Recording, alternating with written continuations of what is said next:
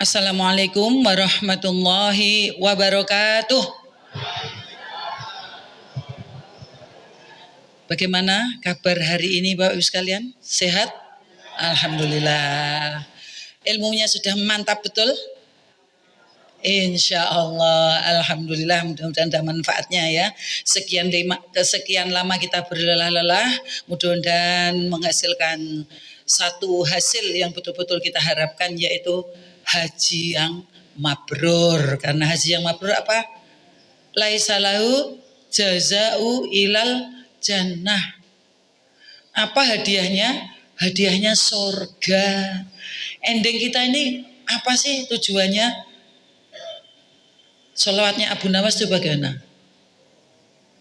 Wahai Tuhan, ku tak pantas ke surgamu, namun aku tak mampu untuk ke nerakamu. Ya toh? Endingnya apa? Surga dan surga. Makanya jangan dibuang satu kesempatan yang luar biasa ini. Panjenengan termasuk orang yang beruntung ya, orang yang dipanggil haji itu adalah orang yang sangat beruntung. Karena puncaknya haji itu adalah Hajju Arafah, disitulah ada amnesti hidup. Allah akan ampunkan dosa-dosa yang pernah kita perbuat. Tapi dengan keseriusan, dengan ilmu dan bekal ilmu, supaya haji kita betul-betul mantap. Ya, itu yang perlu. Jadi pulang itu nanti jangan cuma berprestis haji, hajah, umi hani gitu enggak. Oh itu ditulis itu ya bukan saya yang minta, yang buat itu tulis hajah, umi hani. Ya. Itu sudah bukan saya yang minta ditulis saja ya. Bukan begitu. Prestasi yang kita gapai, saya harus mabrur. Kalau tujuan apa itu selalu kita genggam terus, maka apa? Maka kita akan selalu berusaha untuk baik. Setiap langkah itu selalu kita perhitungkan. Kita mau gini, perhitungkan. Kita mau padu, perhitungkan. Semua itu diperhitungkan, semua diperhitungkan. Sudahlah, sekolah, mari sekolah dulu. Selama 40 hari ini kita belajar dulu. Berlatih dulu. Lulus enggak kita? Berat memang.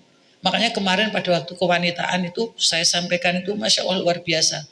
Karena paling banyak adalah masalahnya terhadap perempuan. Betul itu. Namun juga ada juga sesama laki-laki ada. Tapi yang paling banyak adalah perempuan. Oleh karena itu wahai perempuan-perempuan, marilah nanti kalau temennya yang sewis rumangsa awake tuwa nek koncone ninggal. Aku arep Pak anu cepet-cepet karena waktune wis mepet. Ya aja terus gelo. Karena mungkin waktunya sudah mepet, dia ngejar untuk jamaah. Kalau suruh ngladeni penjenengan, wong sing bayari, ya dia bayar dhewe. Lah kok kon ngladeni jenengan? Ya wis sing lapang hatinya. Ya wis, aku tak rumangsani memang aku kemampuan saya begini. Ya toh, kan begitu. Ya berbeda kalau masih muda itu, wah gini Pak. Wah, beda ya. Pagi, sore, siang, malam, wah terus, on terus. Itu kalau masih muda. Tapi kita ini memang semua rata-rata orang Indonesia itu dipanggil Allah ya rata-rata itu di atas 40. Jarang sekali yang masih muda-muda, apalagi sekarang daftar tunggu yang begitu panjang sekali. Oleh karena itu manfaatlah, saya ingatkan terus, manfaatkanlah satu momen ini untuk betul-betul saya nanti lulus. Itu dulu ya, saya lulus. Kalau ini 40 aja jangan lulus bagaimana? Mabrur sepanjang hayat. Sesuai dengan motonya IPHI. Mabrurnya itu sepanjang hayat. Artinya jam loro nang kono wis ngoyak-ngoyak arep mangkat nang masjid. Jam loro cek enak. Ya itu ya bedanya. Tapi tidak apa-apa. Mumpung kita di sana. Ya mudah-mudahan kita bisa memanfaatkan. Ini adalah materi tambahan ya, supaya jenengan sedikit-sedikit agak lebih bisa memaknai dari perjalanan ya.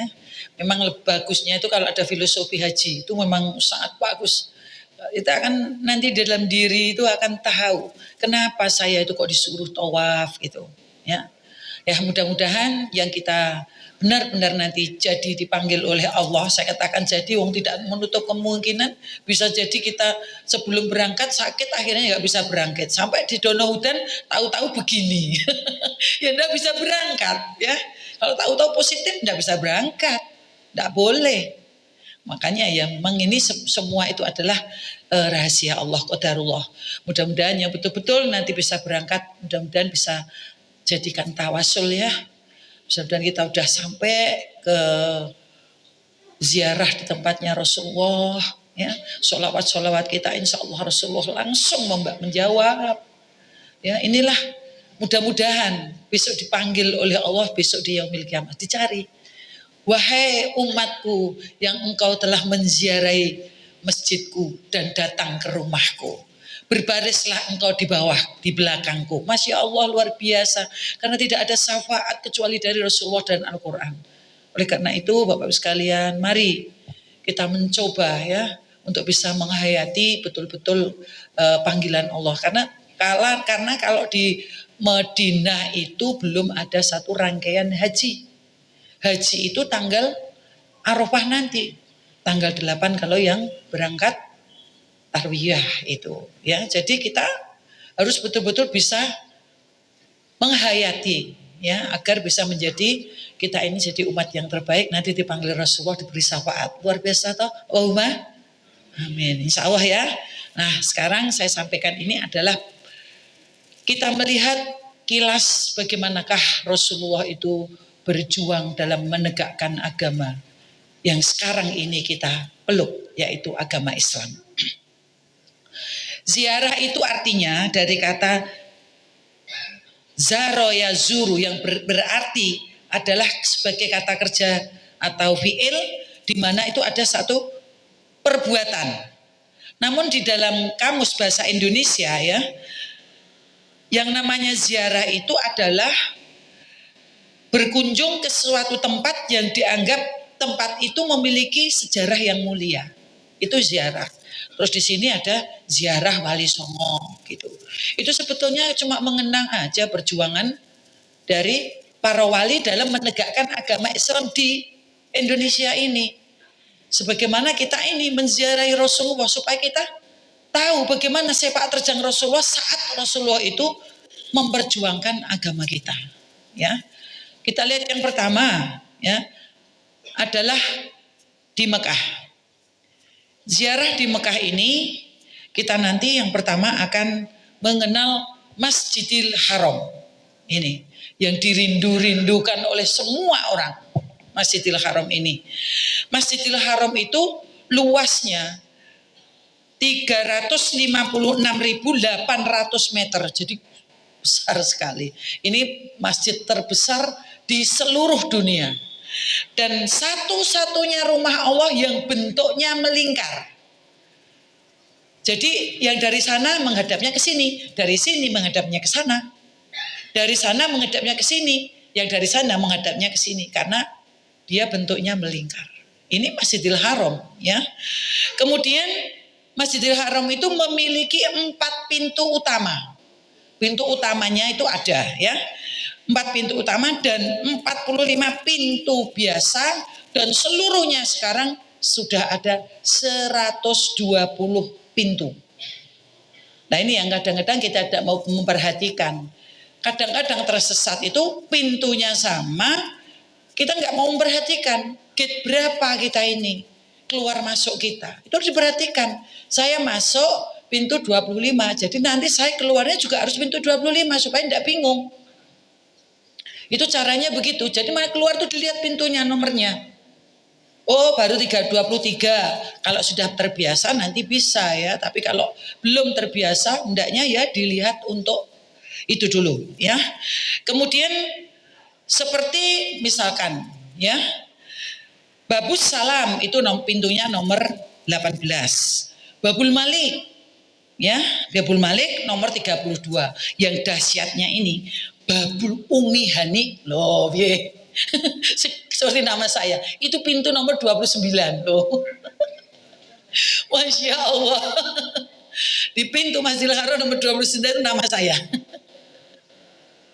Tapi memang ini dahsyat betul. Tidak tahu orang tua saya kok ngasih nama ini itu apa ya, saya nggak tahu. Itu luar biasa. Yang namanya Umi Hani ini di sini pintunya apakah karena itu ya? Saya tidak tahu. Pada waktu Umi Hani itu dia udzur, Rasulullah lewat di depannya. Dia mengatakan apa? Wahai Rasulullah, tolonglah berikan kepada aku ya Rasulullah, amalan apa agar aku itu bisa menjadi orang yang terbaik dan aku bisa masuk surga. Masya Allah. Kemudian Rasulullah mengatakan apa? Ini Umi Hani lagi. Kalau ini Umi Hani bintinya Abu Maksum, kalau itu Umi Hani bintinya Abu Thalib. Nah, betone gitu ya. Wallahu alam bisawab, saya tidak tahu. Orang tua saya bernama saya Umi Hani. Kemudian Rasulullah menjawab apa? Bacalah Alhamdulillah. Berapa kali? Dalam satu hadis dikatakan itu. Berapa kali? 100 kali. Niscaya apa? Engkau bersedekah.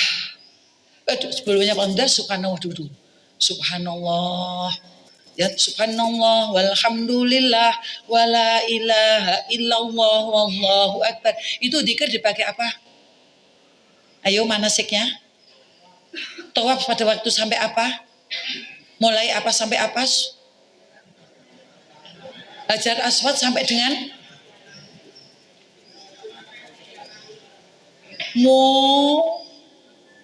sampai di belakang Makom Ibrahim. Subhanallah walhamdulillah wala ilaha illallah wallahu akbar. Itu dari pojok Hajar Aswad sampai belakang Makom Ibrahim. Kemudian yang selanjutnya itu berzikir sendiri kalimat-kalimat thayyibah. Monggo jenengan mau ikuti yang di buku, please silahkan. Sendiri, saya zikir sendiri. Yang penting saya dan Allah ini bisa merasa menyatu. Ya monggo nikmati aja daripada nggak berkonsentrasi sama sekali. Nggak apa-apa. Umpamanya putaran pertama, la ilaha illallah, la ilaha illallah, la ilaha illallah Muhammadur Rasulullah.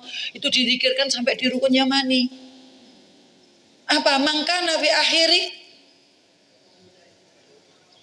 mengucap apa? Fi akhiri hayam mengucap apa? La ilaha illallah. Apa jaminan Allah? Dakhalal jannah. Ya pada saat itu masuk sih iringi. Kalau saya begitu nangis-nangis saya. Ya Allah, la ilaha illallah, kayak gitu loh di TV itu loh. Ya kalau mati itu film.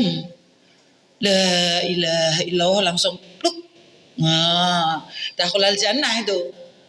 Ya. Itu piye enake carane iso mati koyo ngono kuwi.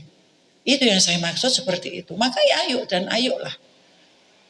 Bisa kok menjadi bisa menikmati begitu sendiri. Yang penting kalimat thayyibah. Apa yang kita diberikan oleh Allah memutar itu silahkan please. Mau baca ya monggo. Tapi kalau mau baca kalimat-kalimat thayyibah ya boleh. Baru sampai di rukun yamani, Rabbana atina fid dunya hasanah wa fil akhirati hasanah wa qina adzabannar. Itu paling pendek. Orang Indonesia menyebut doa sapu jagat. Orang Arab, orang mudeng sapu jagat ki opo? Oh pintere wong Indonesia itu. Ya, aneh bisa. Ya, ini saya teruskan nggih.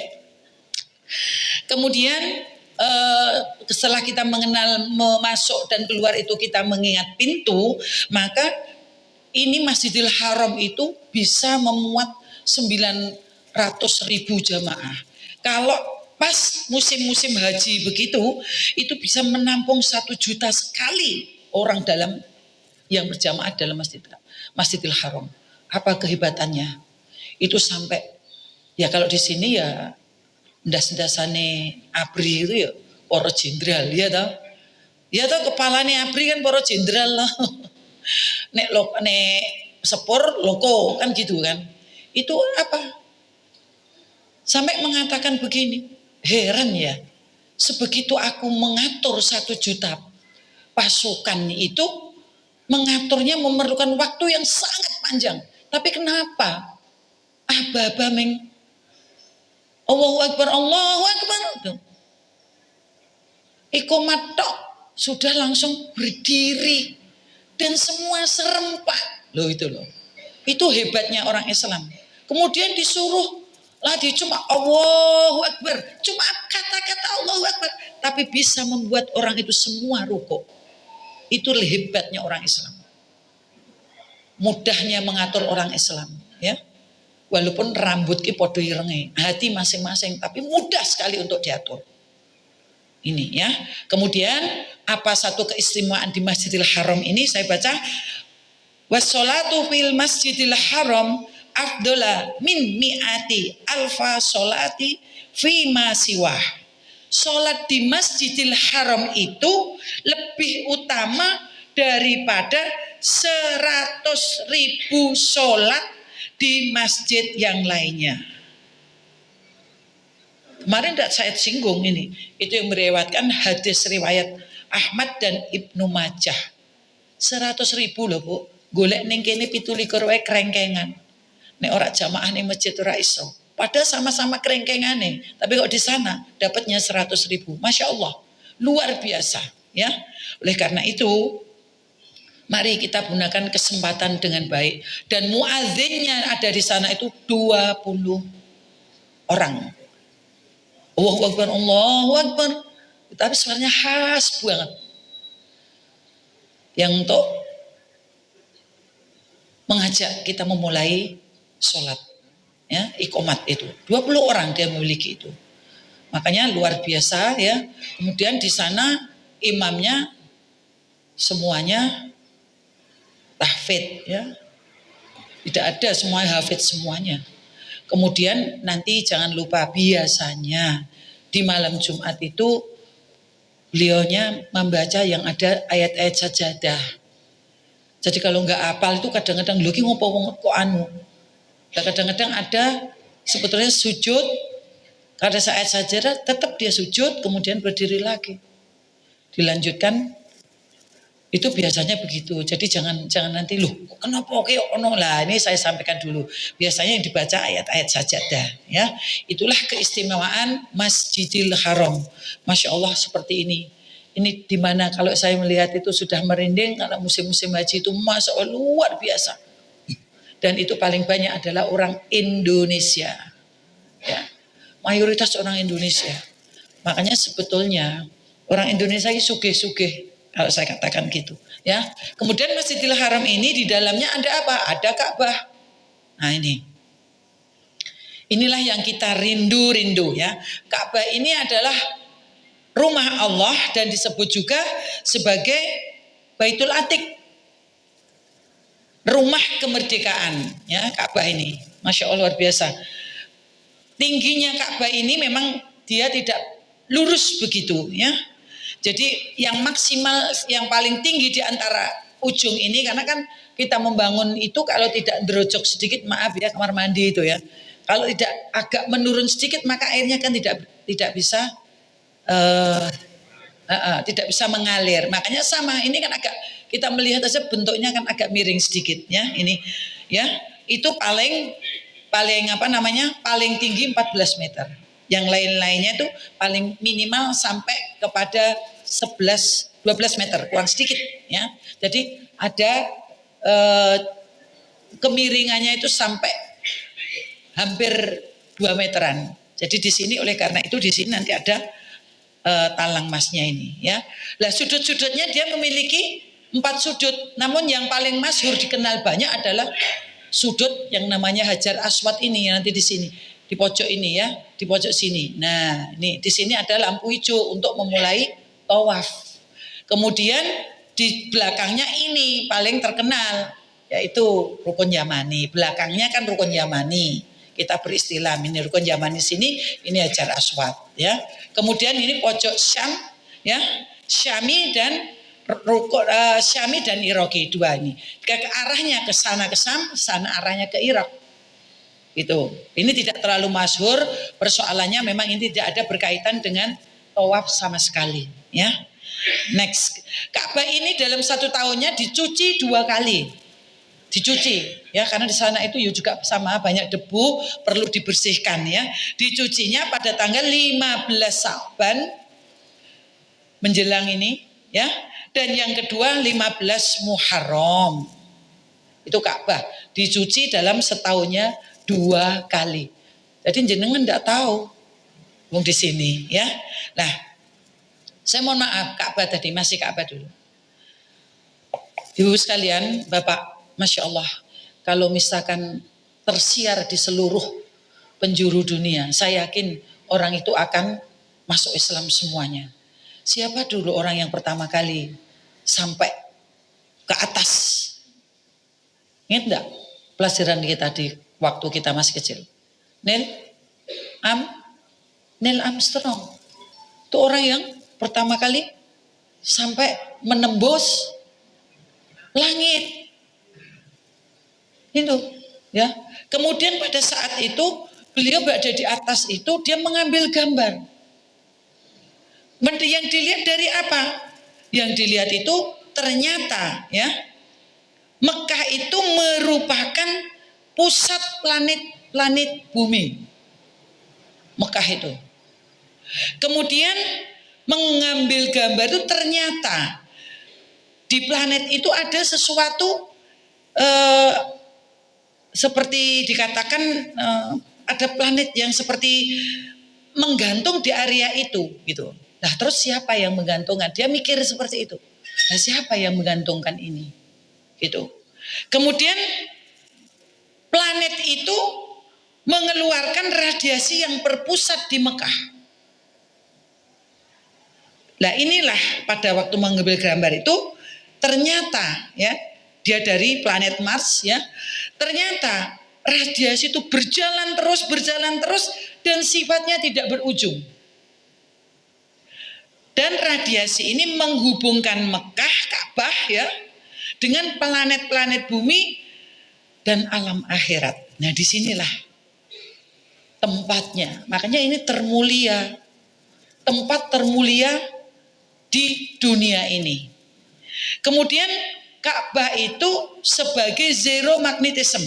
Jadi antara kutub utara dan kutub selatan ini dia pas berada di tengah-tengah. Sehingga apa?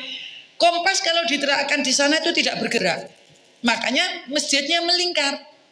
Kalau kita bingung mau sholat itu bingung, kiblatnya pakai kompas bisa. Tapi kalau di sana tidak, dia tidak akan bergerak menunjukkan kemana-mana di sana itu.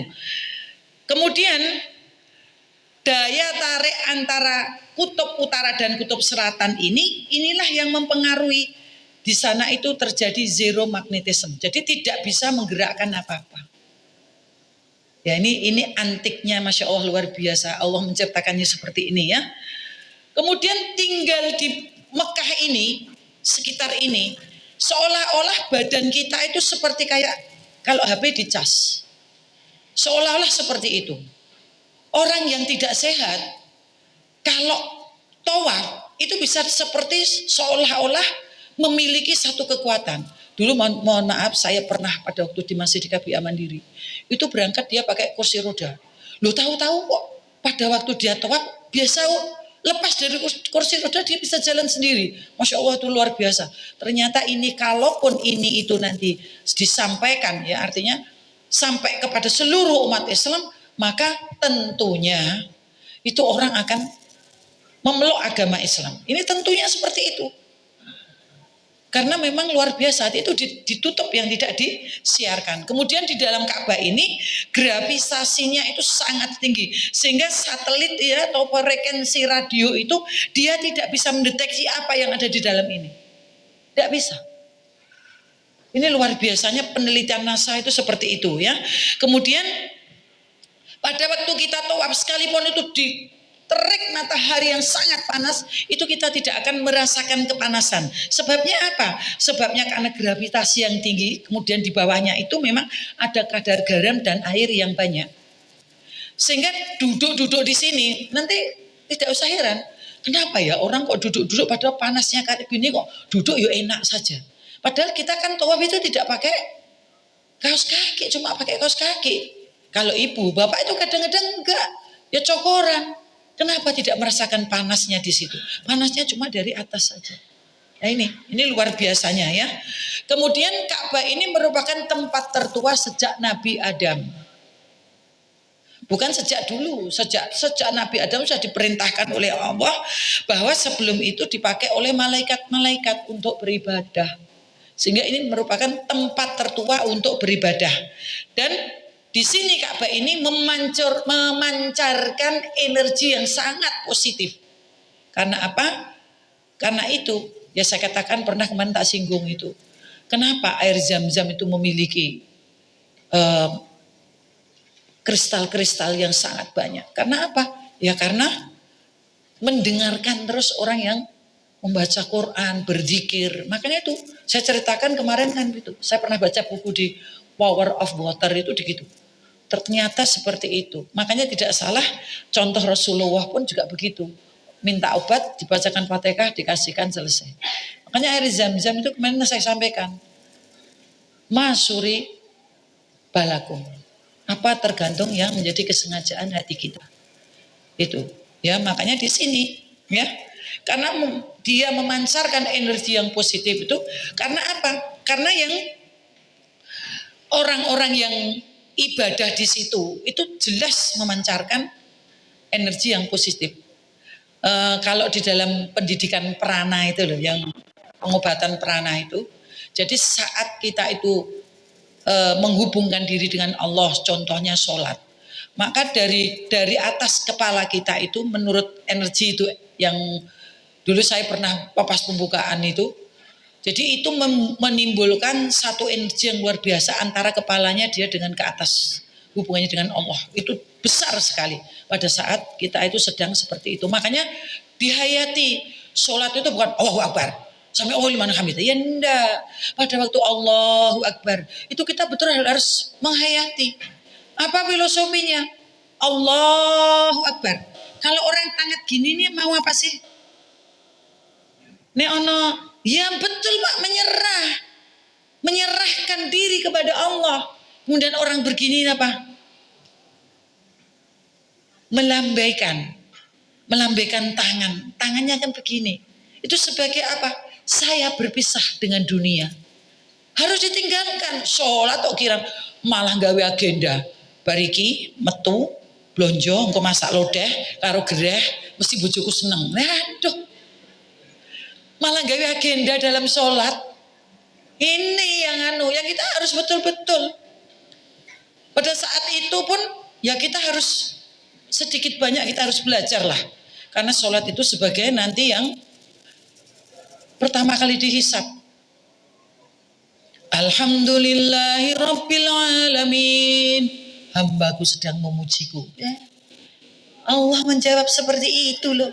Segala puji bagi Allah, Tuhan seluruh sekalian. Allah menjawab itu. Subhanallah.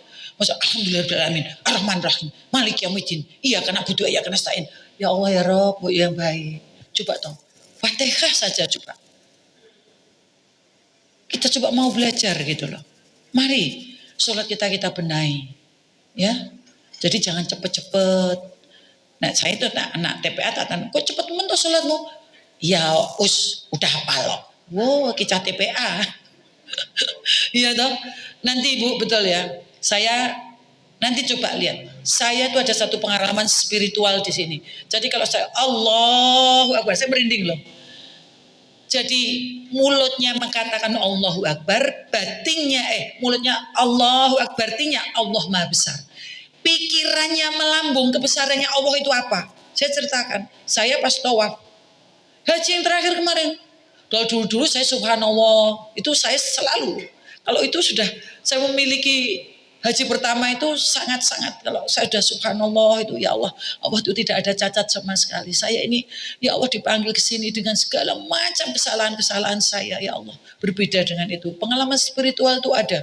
Saya itu yang 17 tuh. Saya kebetulan dari tempat saya kemah saya itu langsung bisa menuju ke Jamarot lantai 2. Saya itu ngingok, ya Allah, pada waktu Jamarot Akobah, saya itu sampai histeris. Siapa yang mampu menggerakkan orang berjuta seperti ini?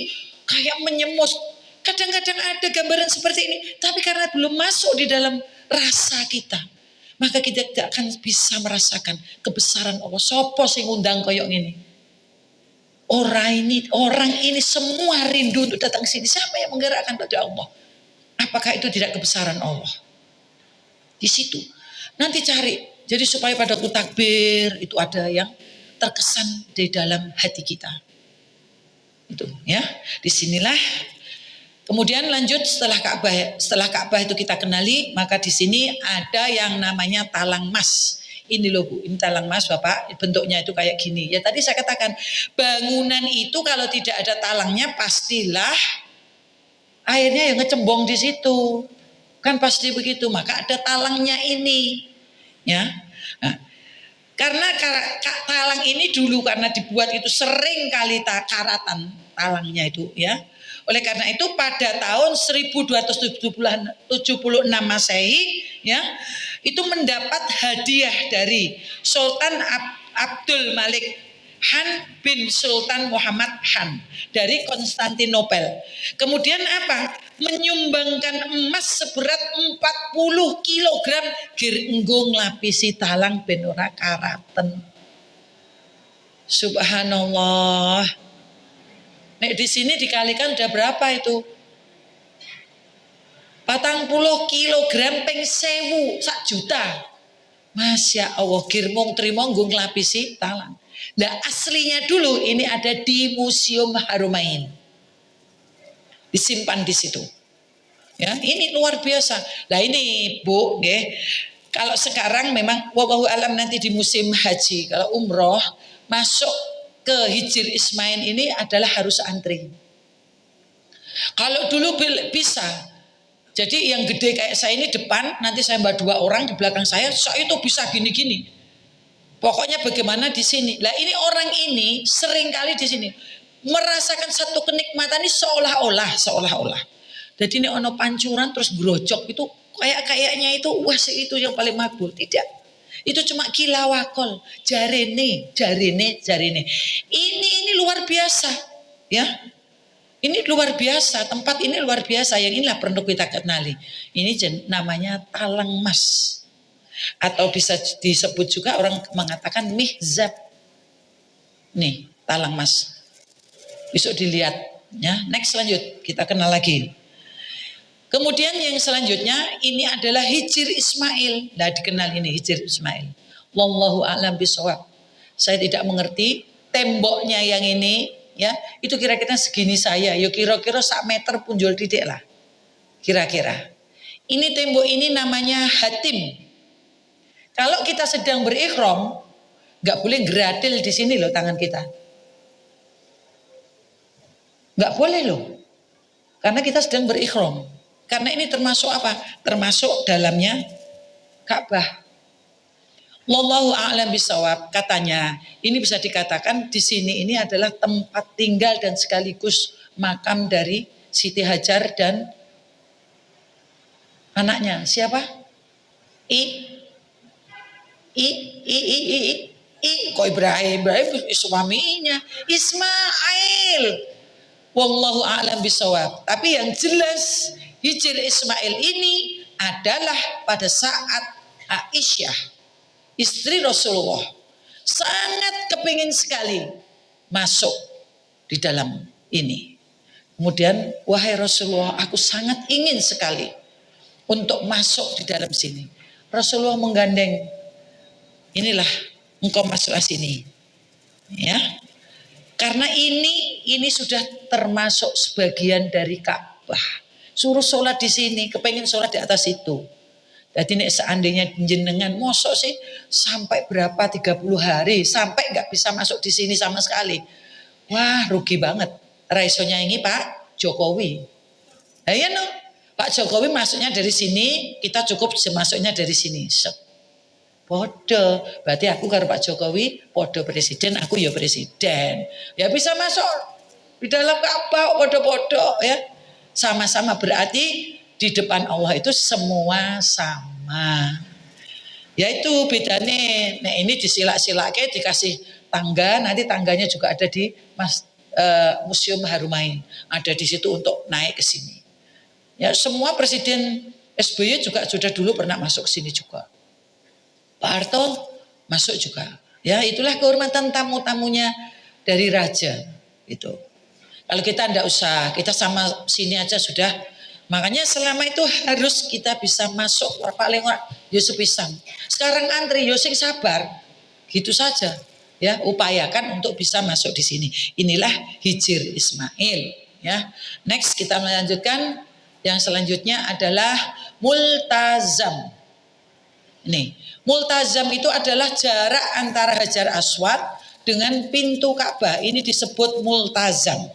Ya, orang ini tidak sedikit yang berada di sini meneteskan air mata. Luar biasa, ini adalah tempat istijabah. Rasul bersabda bahwasanya antara rukun Hajar Aswad dan pintu Ka'bah ini disebut multazam. Dan Rasul mengatakan lagi, tidak ada orang yang meminta di multazam ini, melainkan Allah akan kabulkan permintaannya. Itu hadis yang meriwayatkan adalah Imam Baihaqi dari Ibnu Abbas. Makanya ini sering disebut multazam adalah tempat yang istijabah. Mengingat dari apa yang disampaikan Rasulullah. Nah setentangnya bagaimana? Ya bisa saja kalau penjenengan udur sudah sepuh. Kalau di sini ya memang berat sekali. Di sini berat sekali. Dulu saya pernah masih umur 36, haji yang pertama itu saya mau cium ini nggak bisa, saya ditarik orang, nggak tahu. Orang laki-laki, saya digitu, lah. Dibilang, ojo gitu loh. Saya ditarik suruh di multazam sini. Kemudian jadi gitu kan dengan bahasa isyarat saya disuruh doa. Terus habis itu saya nangis itu udah nangis karena di belakang saya dia itu nutupi saya nangis terus maksud saya sudah saya puas berdoa saya balik ke belakang mau terima kasih maksud saya syukron saya mau gitu tak balik kok nondi mau aku no Masya Allah. Saya pulang dengan alhamdulillah ya Allah telah Engkau berikan kesempatan untuk bisa sampai di sini. Saya sampai di sini tuh. Awake cek ngene. 36 kok, ya toh. Ayo kuat no. Ya. Nih sekarang ya wis berat sekali ya untuk di sini berat sekali wis tua sampun sepuh. Umurnya sampun swidak kali. Setelah engkas setahun kalau Rasulullah mengatakan umur umatku tidak jauh dari umurku setahun kontrae. Wallahu a'lam bishawab. Kita kok siap gitu loh saya ya toh? Kita siap gitu loh. Iya. Saya sudah punya kuburan. Ya, di taman surganya IPHI. Wow, kuburannya jos. Tertata bagus ya. Saya pas di depan pintu. Nah di sana saya sing ngomong tamu, biasanya ngomong tamu ki mulie keri. Tekonin dhisik mulie keri. Lah itu saya booking awal itu. Sudah aku tidurku sini aja. Tapi nanti mungkin insya Allah pulangnya keri. Ya. Itu ada ada makam taman surga. Semuanya insya Allah di sana semua muslim.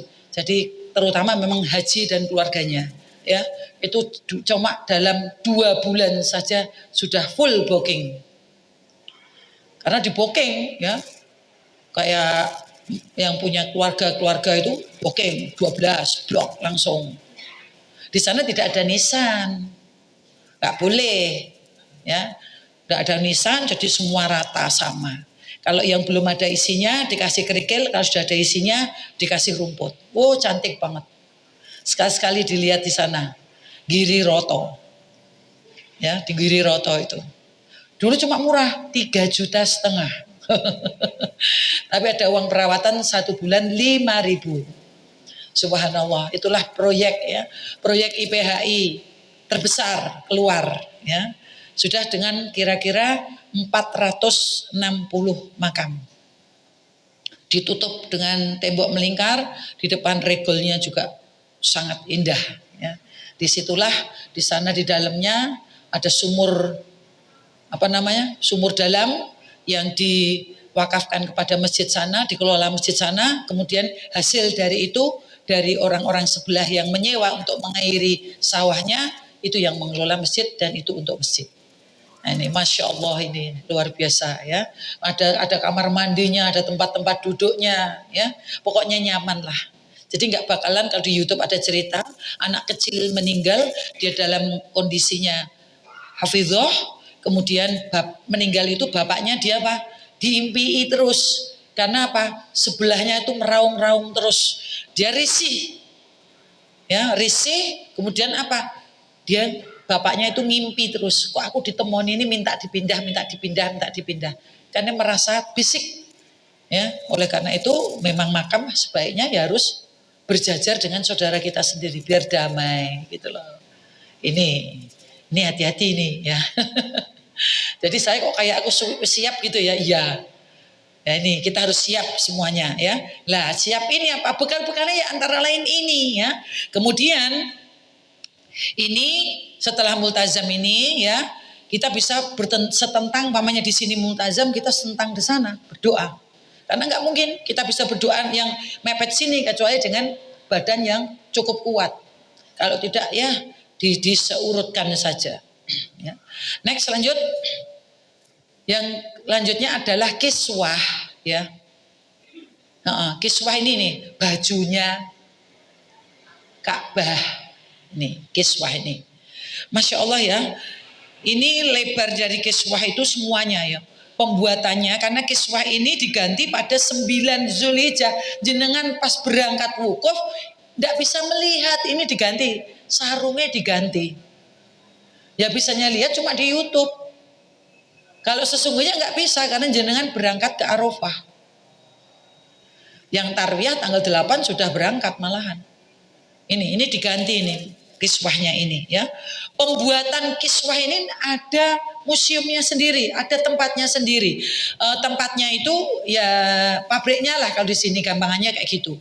Ini Masya Allah melibatkan hampir 250 pekerja untuk menyulam ini.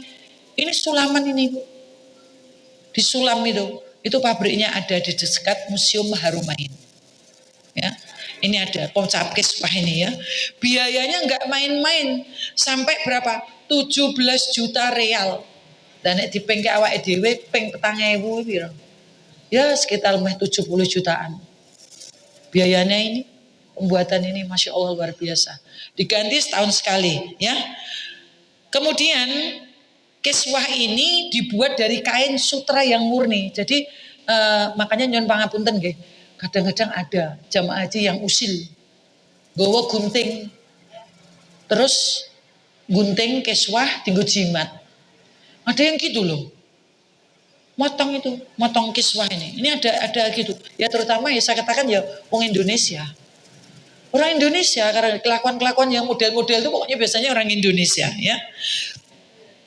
Dipakai dengan sutra yang murni ini ya, kemudian dicelup warna hitam ya. Itu eranya Khalifah Abbasiyah ini. Jadi dulu tidak ini beratnya itu kalau sutranya dihitung itu hampir 670 kg beratnya sutra. Jadi ini beratnya pakaiannya Ka'bah ini sampai segitu ya. Kemudian menurut sejarah dulu kiswah ini sudah pada sejak zaman Nabi Ismail itu sudah, cuma dulu dibuat dari apa dan warnanya apa itu tidak tersebut, tapi sudah dilindungi pada saat itu karena ibaratnya bangunan, karena fungsi dari kiswah itu sendiri adalah untuk menutupi supaya tidak kotor gitu loh fungsinya itu ya. Kemudian juga agar ini tidak rusak. Masya Allah luar biasa kalau kita melihat ini cuma ini dulu ya RSS ya, ming batu ditumpuk-tumpuk kayak gini kayak rumah sangat sederhana ya toh. Dulu kan begitu, tapi Masya Allah luar biasa ya ini ya. Kemudian kiswah ini tidak kelihatan Bapak. Ini karena masih tertutup. Nanti kalau jenengan amati ya, kalau nanti itu habis awal itu, dia masih bercelana putih. Itu seperti kiswah ini juga dalam keadaan ihram. Nanti jenengan masuk ke sini lagi sudah tidak ada putihnya itu. Jadi sudah selesai berikhram. Ini juga berikhram nih Ka'bah ini. Sangat luar biasa. Jadi filosofinya ini Masya Allah luar biasa ya. Kemudian pada waktu ini Raja Himsyar ini ya, kiswah ini dibuat dari tenun, nggak sutra lagi. Itu pernah dibuat dari tenun. Tapi sekarang tidak, ini sutra ya. Sutra yang asli. Sutra yang asli. Jadi memang betul-betul bahan yang pilihan ya. Lanjut next. Ini kita melihat Hajar Aswad. Ya, ini yang menjadi impian semua orang. Kalau kepengen foto saja, nanti kalau tidak di Museum Al-Maudi ya dia di situ di Danau Udan. Nanti kayak gini. Terus bilang, aku wis nyium Hajar Aswad. Masya Allah ya toh. Masya Allah. Nanti yang di Al-Maudi itu agak-agak lebih besar sedikit ya. Masya Allah. Al-Maudi itu kira-kira setengah jam sebelum masuk Madinah itu ada museum yang namanya Al-Maudi. Itu di sana tidak tahu nanti apakah penjenengan diampirkan di situ atau tidak ya. Nah ini Hajar Aswad ini sebetulnya ya, ini adalah batu surga yang oleh Allah diperintahkan oleh Allah kepada malaikat Jibril supaya apa? Supaya membawa batu ini dari surga untuk diletakkan di sudut ini. Jadi ini terdiri dari 8 keping yang diurut dengan, kalau saya katakan seperti monel ya kalau di sini bahasanya. Jadi kayak apa ya? Perak itu loh, putih itu. Putih kayak perak gitu, monel gitu ya ini. Nah ini wallahu a'lam bishawab, menurut Umar bin Khattab saja yang jelas-jelas. Kalau saya tidak melihat Rasulullah itu mencium batu ini, aku pun tidak mau mencium batu itu. Karena Rasulullah mencium, dan konon wallahu a'lam bishawab termasuk salah satu kan 2 dari 1 adalah ini nanti sebelum bumi dihancurkan ini sudah diangkat oleh Allah dulu. Karena ini adalah benda-benda surga. Inilah Hajar Aswad. Ini menjadi masyhur pojok ini karena berkaitan dengan tawaf. Ya, sunnah tawaf pada saat kita memulai tawaf maka menghadapkan diri dan wajah ke pojok Hajar Aswad. Sunnah memulai dan mengakhiri itu menghadapkan ke pojok Hajar Aswad. Tapi kalau yang selanjutnya maka Ka'bah harus ada di sebelah kiri. Itu. Jadi hati-hati. Boleh ibu Juni hilang, mumpung ini, ya sudah putaran itu ada yang mengatakan tidak sah. Putaran itu saja ya. Tentunya jenengan insya Allah sudah praktek ya bagaimana kentut. Kalau pada saat tawaf itu tentunya sudah tahu ya. Itu harus dimiliki. Karena apa? Yang namanya haji reguler itu ilmu harus banyak-banyak dimiliki. Kentut saat tawaf diem saja sampai tahallul baru cerita. Aku mau ngentut nih. Wah lah ini repot ini. Ini yang harus dimiliki juga bagaimana caranya. Itu yang harus kita betul-betul kita pahami ya seperti itu ya. Ini kan selingan kalau ini. Saya kan selingan ziarah. Kemudian kita lihat adalah pintu Ka'bah. Ya ini. Nih. Pintu Ka'bah itu ini. Nah ditutup dengan ini. Masya Allah luar biasa. Saya pas Pak. Kalau saya gini ini pas. Jinjit sidik pas. Ini. Soalnya pernah tak coba gantung di situ saya. Tak coba kayak apa ini. Nah, gantung kayak gini dulu saya. Pernah itu tak coba. Oh ternyata pas dengan pas postur saya, tangan saya ke atas pas persis. Ini saya bisa memegang kayak gini nih. Mas orang bergelantungan di sini. Ini pintu Ka'bah ini disebut Al-Buruk. Ya. Kemudian dibuat dari emas murni 99 karat. Ini emasnya berapa? 280 kilo. Nek tadi cuma 40 kilo tok, 240 kilogram emas murni dielet-eletke nang kene. Ya piye coba kayak gini nih. Apa enggak luar biasa ini, ya. Jadi ini tidak akan luntur, saya katakan. Kalau ini terbuat dari kita ini apa yang namanya kuningan, ya, itu sudah saben dino gosoi itu, ngei braso itu, jadi mengkilat. Enggak, ini karena ini emas, ya. Kemudian panjangnya ke sana, ke atasnya itu sekitar 3 meter, ya. Ini pada saat ini pintu ini hadiahnya adalah dari Raja Khalid bin Abdul Aziz. Emasnya tadi loh. Makanya orang perempuan ini kepencot ngomongi emas Arab api-api. Lah ya ini kepencot kayak gini, kuning mengkilat. Ya kan begitu toh. Saya tekan tak gojeki, ora Mas Arab api-api. Saya bilang gitu kan, pas kewanitaan itu. Lah ini jenengan disentak nangis no. Biasa nih, iya Mas, ngono. Lah itu opo iki. Bingung deh bendino tukaran. Kono ngomongin ngono dikira padu, nesu. Wah, ini bahaya ini. Repot ini nanti ya ini. Kemudian ini dari pintu Ka'bah ini. Barang siapa masuk ke Baitullah berarti dia masuk dalam kebaikan. Dan barang siapa keluar dari Baitullah, disitulah dia akan mendapatkan satu ampunan. Ini HR At-Tabrani, ya. Ini yang di rindu manusia ya di sini ini. Ini pintunya ini, ya. Jadi ini dulu dibuka karena ada tamu raja, biasanya dibuka. Kalau kita tidak ini. Kepencot mboten jenengan kira-kira Mas kok sakmono kae. Meh pinten kilo wau? Lah 280 emas 99 karat. Mulane kuningnya ini mencirit. Nek cara istilah wong Jawa, kuningnya itu benar-benar kuning yang sangat menggilap gitu, ya. Lah tuku 2 gram ning kene wae golek sing 25 kadare.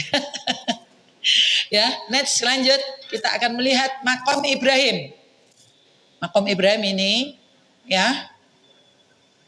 Nah, di dalamnya ini ada telapak kakinya Nabi Ibrahim. Ini barangnya. Makom Ibrahim ini bukan berarti di dalam sini adalah kuburan. Makom bukan makam. Makom itu keistimewaan yang diberikan tidak bisa terulang lagi kepada seseorang yang tidak bisa ditiru orang lain. Pada saat Nabi Ibrahim diperintahkan membangun Ka'bah ini, maka ini bisa naik turun sesuai dengan kehendak Nabi Ibrahim. Seperti lift lah. Kita mau ke 1, 2. Nah ini mungkin lift itu juga terinspirasi dari ini. Ya, ini Makom Ibrahim. Ini.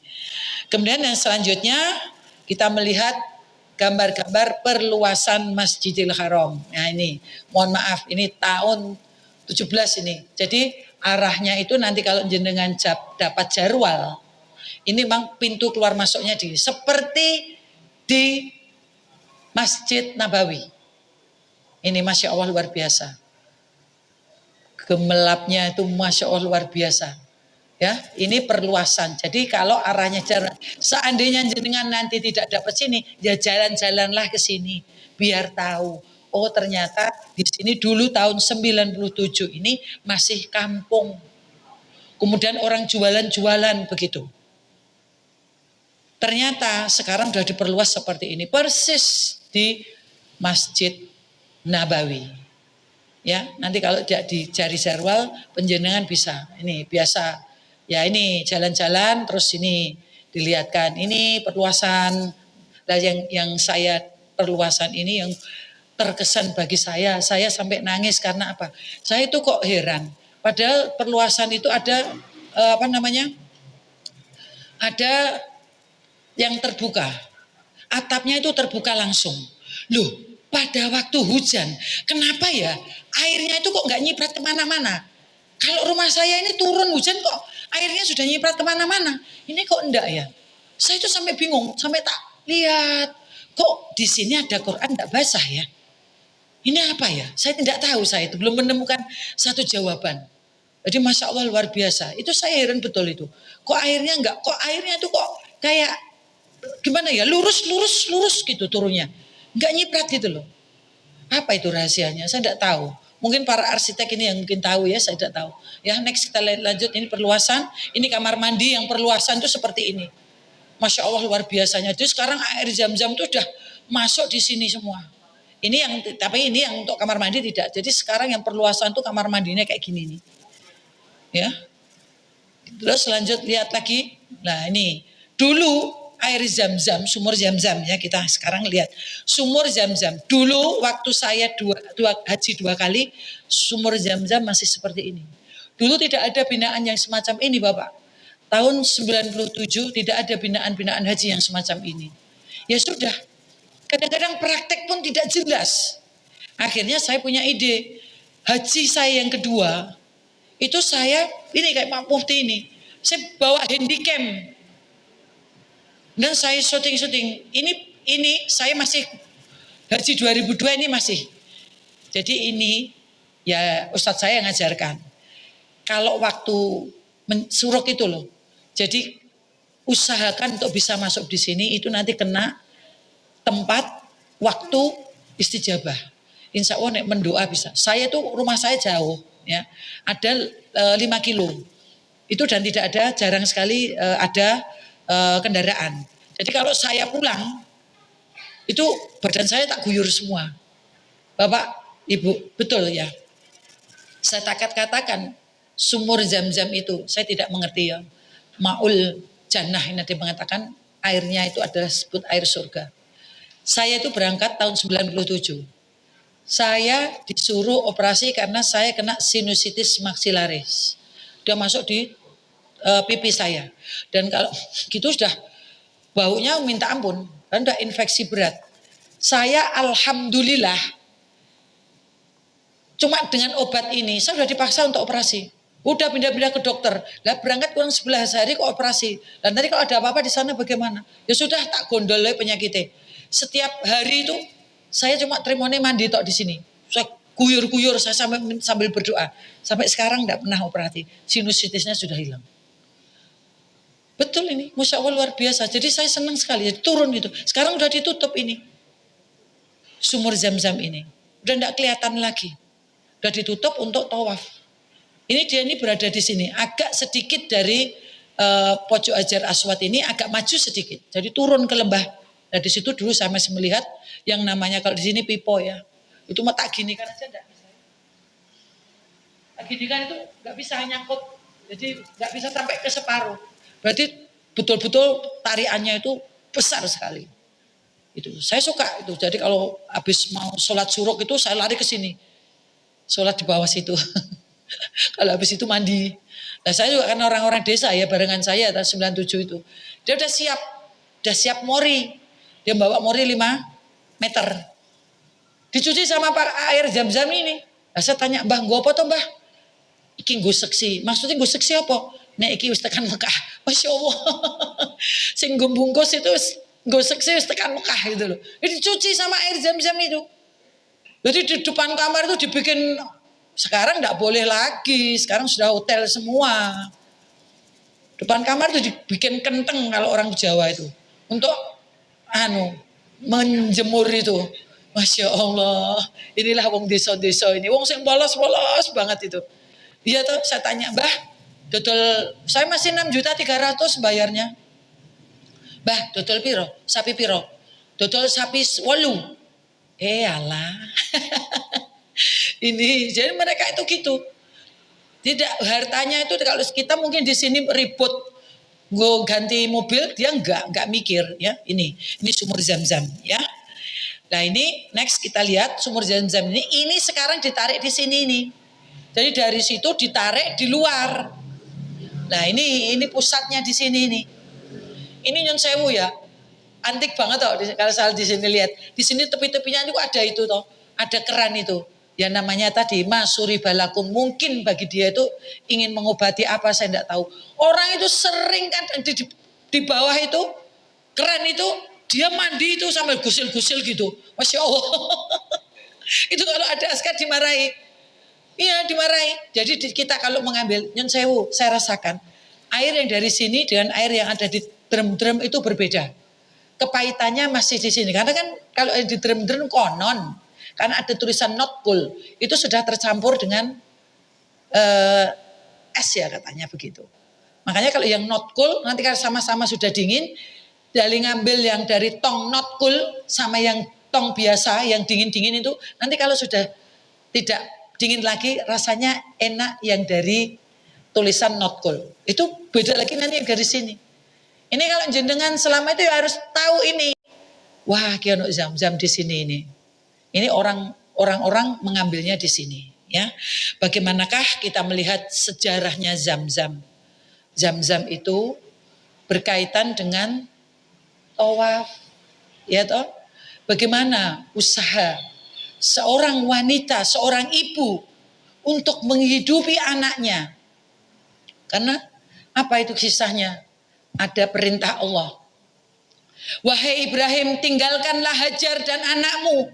Memang Nabi Ibrahim itu luar biasa ujiannya. Lama tidak diberi anak, Allah menguji lagi. Disuruh ninggal di satu tempat yang gersang, yaitu di Bakah tadi. Kemudian Siti Hajar merontahlah. Piye ya sebagai seorang bapak, suwe randi anak. Wong randi anak kadang-kadang golek bojo meneh ben mana. Lah kan gitu toh. Ya. Kadang-kadang alasannya kayak iso mana aku mah golek bojone ben aku ndek anak. Lu kadang-kadang aja begitu. Betapa beratnya ini seorang istri Nabi Ibrahim. Kemudian dia memperbolehkan, ya sudah suamiku, kalau kamu akan kawin, just kawin ono budak kuwi. Akhirnya kan dia kawini Hajar. Bagaimana tidak sedih tahu-tahu Hajar hamil. Ya toh? Bagaimana perasaan seorang istrinya ini yang menurunkan Nabi Yakub? Masya Allah. Sedihnya bukan main setelah kawin. Dia akhirnya hamil sendiri. Kan begitu. Kalau kuburannya sekarang gandeng itu. Nabi Ibrahim. Kemudian istrinya. Siapa istrinya? Sarah. Siti Sarah. Nabi Yakub itu tergandeng dalam satu masjid ini. Dia ada di Yordania, di sana. Kalau ini Hajar ditinggal di sini. Tapi Masya Allah, perintah itu untuk meninggalkan anak kesayangannya dan istrinya di satu lembah yang gersang tidak ada apa-apanya. Ini masuk satu filosofi. Sa'i. Ya. Kemudian apa? Allah perintahkan tinggalkan itu, wahai Ibrahim. Yang namanya orang, wanita, anaknya kecil, ditinggalkan di situ tidak ada apa-apa. Apa dia tidak meronta? Merontalah Hajar itu, wahai Ibrahim, betul Ibrahim, suamiku yang terkasih, engkau sampai hati meninggalkan aku di sini ya. Wahai Ibrahim, betapa rasanya penjenengan seorang bapak begitu. Tapi Nabi Ibrahim tidak mau Nabi Ibrahim itu menoleh karena dia tidak sampai hatinya. Itulah luar biasanya. Kemudian Sarah pun mengatakan, kalau memang ini perintah Allah, baik Ibrahim, pasti aku dititipkan Allah yang akan menjaga saya. Akhirnya sudah ditinggalkan. Lah kemudian hari berganti hari. Kemudian air susu tidak bisa mengalir lagi. Karena tidak ada yang dimakan. Karena tidak ada roti. Ya toh? Tidak ada roti. Tidak ada lumpia. Gak ada yang dimakan. Seperti di dos itu. Akhirnya apa? Dia melihat, memandang dari satu kejauhan. Di sana di Bukit Marwah seolah-olah ada air yang melimpah di sana. Maka berlarilah seorang Hajar ini sampai ke Bukit Sofa sana. Ternyata dia bertakbir kepada Allah, tidak ditemukan apapun yang ada di sana. Kemudian apa? Dia melihat dari kejauhan lagi di Bukit Marwah, sepertinya di sana ada air. Maka berlarilah Hajar ke sana, ternyata tidak ditemukan apa-apa. Inilah Bapak Ibu sekalian, Betapa beratnya saat itu. Tapi sampai ke 7, Hajar tidak menemukan apa-apa. Apa yang bisa kita ambil pelajaran itu? Usaha ya usaha. Tapi segala sesuatu Allah lah yang akan menentukan. Karena ternyata seolah-olah ada yang berbisik. Kemudian Hajar melihat anaknya yang ada di sana. Demi satu kehidupan anak, relalah seorang orang tua itu berpayah-payah mengupayakan. Sekarang balik enggak? Demi seorang ayah, maka apapun ku gadaikan barangku untuk ngobati bapake. Longko. Longko, gitu. Kalau ini tidak, nalurinya orang tua itu berbeda. Oleh karena itu, dia melihat di sana ternyata betul. Allah perintah kepada malaikat Jibril, wahai Jibril, tolong nek corone wong Jawa, watu kuwi ireke. Kemudian disitulah memancar air dan dengan girang Hajar menyambutnya dengan mengatakan, Zam-zam, zam-zam, zam-zam. Kumpul, kumpul, kumpul. Akhirnya lah sampai sekarang ini dia ada. Coba bayangkan berapa juta yang minum. Berapa orang yang minum di situ. Kalaupun semua itu air zam-zam itu harus direbus, yang minum itu bagaimana? Kan luar biasa toh. Ini keistimewaan air zam-zam di sini. Makanya air zam-zam itu filosofinya dibiarkan tidak mutah, ya. Kemudian diambil tidak akan habis. Pulang jenengan nanti sudah dikasih 5 liter, 5 liter. Peng berapa juta? Kok ra entek? Itulah keistimewaan. Ya. Makanya inilah ibu sekalian. Jadi ora beda mbek ibu-ibu ning kene. Nek arisan ya mesti panganane digawa bali. Ya toh? Terus nanti anaknya baru main kelereng, "Le, ibu bawa apa?" Inilah kasih sayang seorang wanita kepada anaknya. Makanya tidak salah satu hadis mengatakan, siapa ya Rasulullah yang harus aku taati? Sahabat mengatakan begitu sama Rasulullah. Siapa mengatakan? Rasulullah apa mengatakan? Ibumu. Siapa lagi? Ibumu. Siapa lagi? Ibumu. Peng telu. Baru dikatakan bapakmu. Terus kemaji loh bu. Berarti aku luweh. Enggak. Kelebihannya sama, bapak sing golek rezeki kok. Sama, cuma bedanya apa? Bapak itu ora iso. Nah, iya itu, gak iso ini. Bapak ra iso hamil, bapak ra iso nglairke, bapak ra iso nyusoni. Itu aja kelebihannya.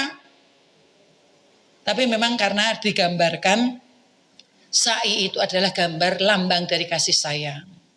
Terutama seorang ibu kepada anaknya. Itulah sing ora iso diganteke. Oleh karena itu, boleh panjenengan turun dari Bukit Sofa. Karena di sana tidak ada itu buatan para alim. Jenengan mau ikut itu boleh monggo. Jenengan mencermati dengan diri sendiri juga boleh. Setelah takbir turun, Allahumma gfirli wali walidayya warhamhuma kama rabbayani shaghira, sambil memanjang wajah orang tuaku. Aku bisa begini ini adalah karena orang tuaku. Nangis. Walaupun Sofa Marwan itu ora terus isbul watan orang ngono kuwi.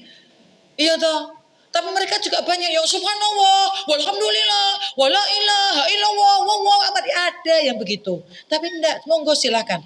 Kalau dari filosofis tadi seperti itu. Itulah gambaran. Jadi kita ingat orang tua kembali. Disitulah orang tua membesarkan kita dengan payah. Nangis bu. Nanti kalau sudah di lampu hijau, Rabbighfir warham. Kalau bapak-bapak lari, kalau ibu tidak, kan begitu manasiknya. Kemudian lanjutkan lagi, masih ada panjang. Rabbighfirli wali walidayya warhamhuma kama rabbayani shaghira. Ya Allah, tolonglah ya Allah. Ampuni aku dan ampuni orang tuaku ya Allah. Kasihani orang tuaku sebagaimana dia mengasihi pada waktu aku masih kecil ya Allah. Ya nangis. Ya pasti nangis. Apa meneh kayak saya ini, cilik wis yatim, umur 12 wis yatim, adik 6. Sugih adik. Lah ya itu toh, kelingan bapak saya itu saya nangis. Aduh, Masya Allah, orang tuaku belum pernah ke sini gitu. Nah itu bayar reso mangkat. Nah ini. Jadi begitu. Monggo silahkan. Kemudian dari marwah itu balik lagi, kita teringat mertua kita. Ya toh, mertua kita itu apa jadi mantu kok mesti mertua iki piye? Oh dikai bojone kaya ngono, cilik sing nyewoki mboke kok gede untuk bayaran kayak bojone. Enak men lho ya ngene. Lah iki nek orang-orang solehain ndak begini. Suami kita ngasih orang tuanya, please didukung. Malah kowe milih ndi wong tuamu aku. Lah iyalah. Piye iki? Solihah ora solihah nek kaya ngene iki.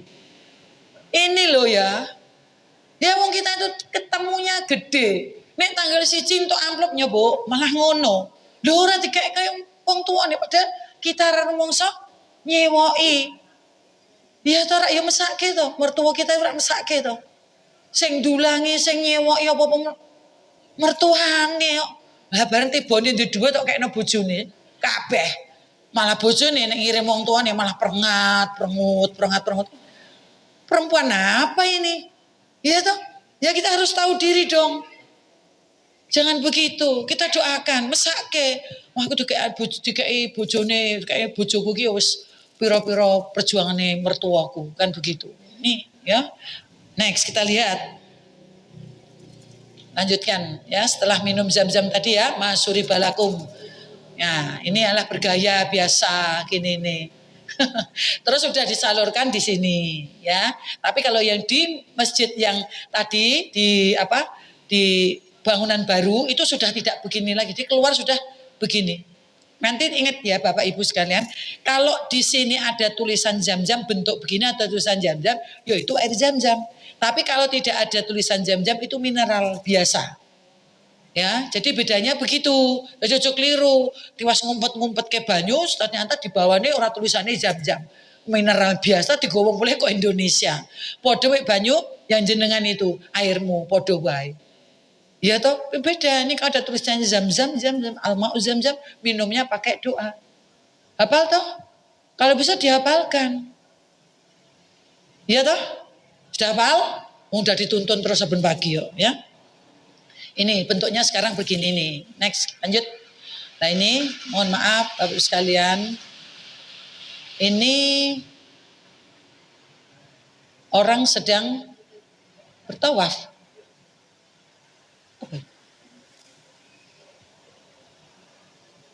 Oh ini yang saya ceritakan tadi. Jadi ini penelitian NASA tadi Bu. Yang ada menggantung. Ini kalau orang kalau orang Islam tahu semuanya, Masya Allah ini kebesaran Allah itu tidak tertandingi. Jadi orang itu bisa masuk Islam karena ganda-ganda gini. Ini gambaran-gambaran, ya.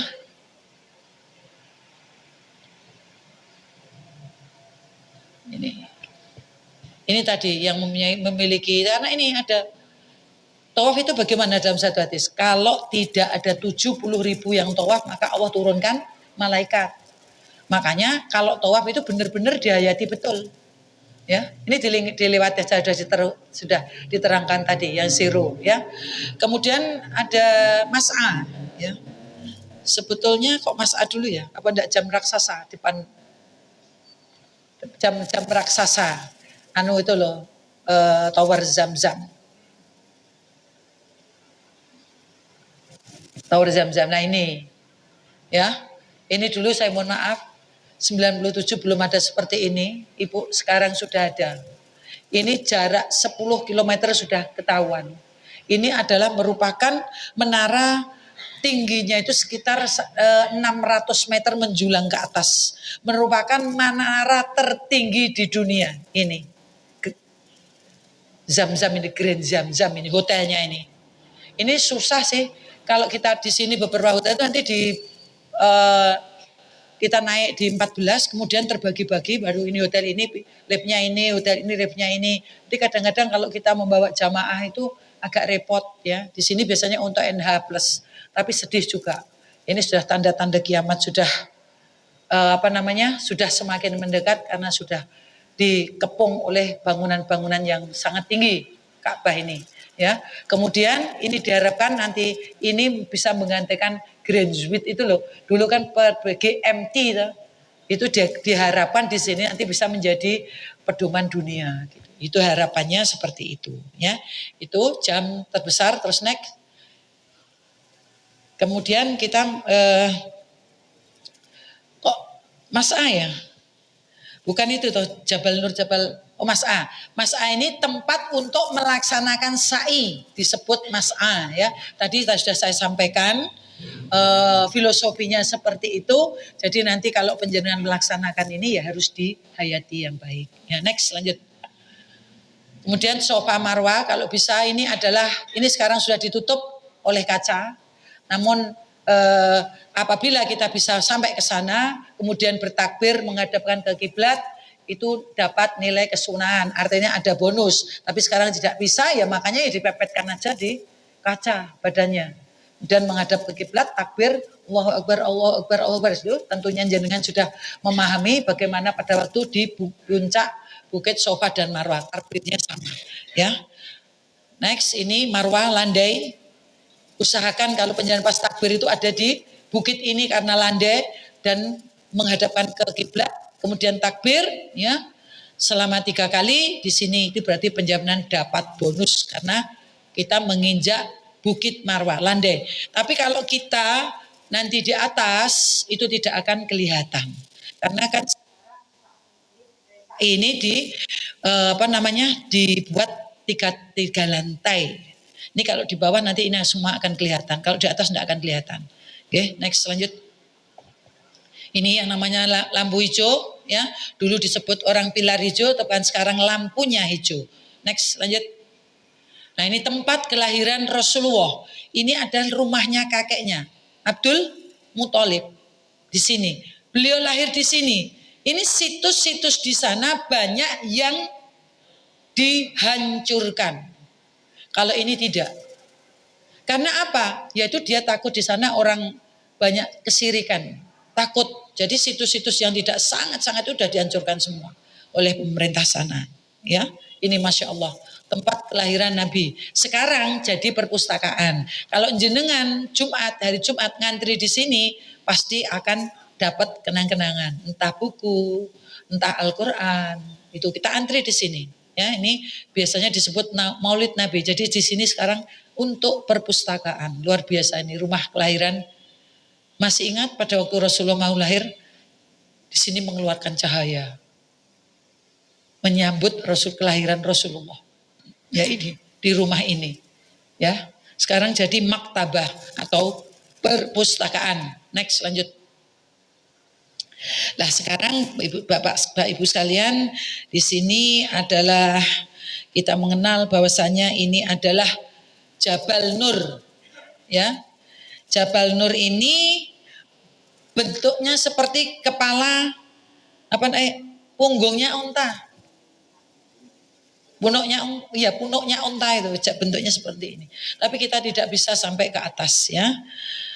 Jabal Nur ini.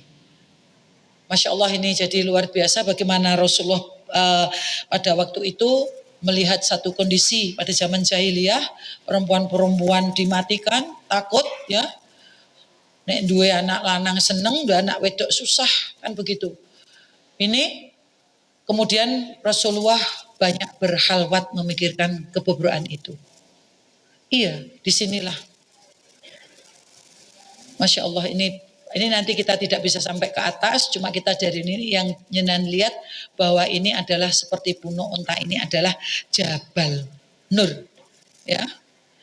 Ini di sini kemudian Rasulullah berhormat memikirkan bagaimanakah keadaan pada saat itu kondisinya, ya. Masya Allah luar biasa. Ini. Jadi nanti kita cuma di bawah yang seperti itu. Next lanjut. Ini biasa bergaya-gaya. Ya, ini di sini Jabal Thur, ya. Jabal Thur ini kira-kira dari Mekah itu jaraknya 7 kilometer dari Masjidil Haram. Nanti kita ada ziarah Nabis lah di sini. Kemudian Jabal Sur di sini kita lihat pada waktu itu cerita yang betul-betul mengena di hati kita itu pada saat Rasulullah dikejar. Ya, dikejar itu memang luar biasa cerdasnya Rasulullah. Jadi kalau dikejar larinya itu kira-kira ke Kartosuro, Rasulullah tidak ke situ. Rasulullah malah ke arah sana. Itu luar biasa cerdiknya Rasulullah. Kemudian itu diikuti telapak kakinya Rasulullah itu diikuti. Kemudian oh ini di sini pasti ini Rasulullah ndeleke ning kene iki gua ini. Ya. Kemudian orang Quraisy mengatakan apa? Enggak. Karena dengan pertolongan Allah akhirnya ada laba-laba yang menutup. Tidak mungkin kalau dia masuk di sini pasti ini rusak. Tapi oleh Allah Nah, kemudian yang siapa yang menemani di dalam gua itu, ya? Masya Allah, inilah sahabat setianya Abu Bakar Siddiq, luar biasa, sangat setia dengan Rasulullah. Kemudian pada saat itu sudah sangat ketakutan karena kita di dalam gua itu, Rasulullah dalam gua itu ibaratnya kita masuk dalam gua, kemudian ada orang sudah melewati gua itu. Kemudian Rasulullah mengatakan, la tahzan, innallaha ma'ana. Ojo sedih, Allah bersama kita. Jadi itulah atas pertolongan Allah pada saat beliau mau hijrah. Pada saat itu Rasulullah kemudian mampir dulu di Taif. Karena Rasulullah kecil itu dia banyak hidup di Taif. Karena memang budaya orang sana kalau kecil itu disusukan. Yang disusui siapa? Halimatus Sa'diyah. Itu dibawa ke Taif. Taif itu kalau di sini Tawang Mangunya Solo. Jadi begitu sejuknya di sana itu. Kemudian di Taif itu ada beberapa peninggalan masjid-masjidnya Rasulullah. Dibangun Rasulullah pada waktu itu ada untuk ibadah. Bagaimana Rasulullah berpikir sebelum dia sampai ke Madinah untuk hijrah, Rasulullah ke Taif dulu. Tapi apa yang terjadi di Taif? Rasulullah tidak disambut dengan baik oleh orang-orang di sana. Bahkan Rasulullah dilempari kotoran, Rasulullah dilempari batu. Kemudian yang menyaksikan itu malaikat Jibril, tidak sampai hati kepada Rasulullah. Kemudian mengatakan, wahai Rasulullah, andaikan engkau izinkan, maka akan aku timpakan gunung ini semula kepada penduduk Taif. Hancur sudah selesai. Tapi Rasulullah, Masya Allah, perangai yang sangat lembut. Tidak Jibril, jangan Jibril. Itu luar biasanya Rasulullah itu. Makanya syafaat itu cuma ada pada Rasulullah itu karena Rasulullah tidak pernah berdendam di dunia. Jangan Jibril. Nanti di turun-turunnya itu ada orang-orang anak-anaknya itu yang taat kepadaku. Jangan kau habiskan Jibril. Tidak mau Rasulullah nek kene awake dhewe piye, Bu? Kira-kira dilarani. Nyaduk pisan bales, nyaduk ping loro. Iya, kan ini begini. Ini Masya Allah perilaku Rasulullah itu pada saat mau hijrah ini. Ini dia ngumpet di sini ini. Ini nanti kita lihat tinggi sekali, ya. Masya Allah ini di sini dalamnya ada Gua Sur yang tempat Nabi Muhammad ngumpet. Nah, di sini bahasa Jawanya gitu. Ya, kalau di Jabal Nur tadi ada Gua Hira. Ya, di dalamnya ada Gua Hira. Kayak ini enggak, karena dia berkhawat ini. Kalau ada ini, ya. Saya belum sampai di situ. Dulu mau berangkat, enggak. Biasanya berangkatnya malam, terus paginya baru turun. Subuh di jalan. Nah ini Pak Zainal sudah sampai di sana. Saya belum. Ya, perjalanan kira-kira 2 jam. Nek jenengan kuat yo ayo. Kalau pengen menyaksikan, ya. Next, lanjut. Sekarang Padang Arafah, ya. Padang Arafah, Al-Hajju Arafah. Ingat ya Bapak Ibu sekalian, haji itu adalah Arafah. Sekalipun cuma 5 menit itu di Padang itu sudah disebut haji. Walaupun cuma 5 menit. Karena disebut haji seperti itu, ya. Ini Padang Arafah ini sudah menghijau fotonya sekarang seperti ini. Ya. Di sini kalau tidak ada jamaah dia berbentuk seperti ini. Kalau ada jamaah haji maka dia penuh dengan tenda-tenda. Ini Padang Arafah. Nah, di Padang Arafah ini ada Jabal Rahmah. Sekarang ada dulu idenya Presiden Soekarno. Jadi kalau dikatakan Presiden Soekarno anti Islam itu enggak. Mbok nek anake ra ngerti, tapi Presiden Soekarno enggak. Betul, karena apa? Saya buktikan gitu. Pohon ini adalah pohon Soekarno. Dikatakan Soekarno. Lah itu jenengan harus ingat, wis pohon Soekarno dipotek, dicuklek. Kena itu jenengan. Kena dam karena barang sedang dalam keadaan berikhram. Tidak boleh memotong-motong pepohonan. Nah, ini beratnya di sini. Jadi pohon Arafah, Padang Arafah ini seperti ini, ya. Kalau haji selesai sudah bersih. Saya pernah pada waktu masih di namanya Musdalifah itu, saya naik kereta itu loh, kan ada itu. Saya naik kereta itu saya lihat saya di atas kereta itu sudah mulai pada dibongkarin semua. Jadi saya di Mina, kemudian kan itu setelah Mina itu kan setelah Arafah kan, kita bermalam di Mina kan, mabit kan, itu mulai sudah dibongkari, jadi menjadi padang yang semacam ini. Oleh karena itu, Bapak Ibu sekalian, di sini adalah amnesti hidup kita. Yang sesaat sekitar 6 jam itu adalah sebagai satu gambaran umur kita yang 60 tahun. Mbok gopo. Di Padang Arafah di sini turu boleh. Ngorok sawah selanu ya boleh. Nggak pokoknya yang penting di situ lah, cuma nanti endingnya jadi gitu. Kaji turu apa tenanan. Itu kualitas tergantung kita. Cuma tidur tak boleh jenengan. Jadi orang lain sibuk dengan ngaji, sibuk dengan berdoa, tidur aja. Itu sudah kaji loh, neng kaji turu jenenge. Haji turu gitu. Inilah Padang Arafah yang luar biasa. Ini gambaran mahsyar.